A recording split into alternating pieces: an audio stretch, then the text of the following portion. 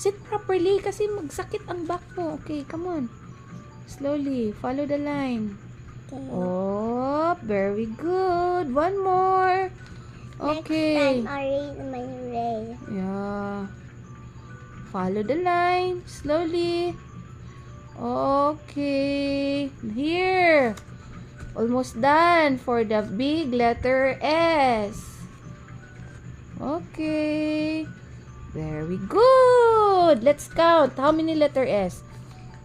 1, 2, 3, 3, 4, 5, 6, 7, 8, 9, 10. How many letter S?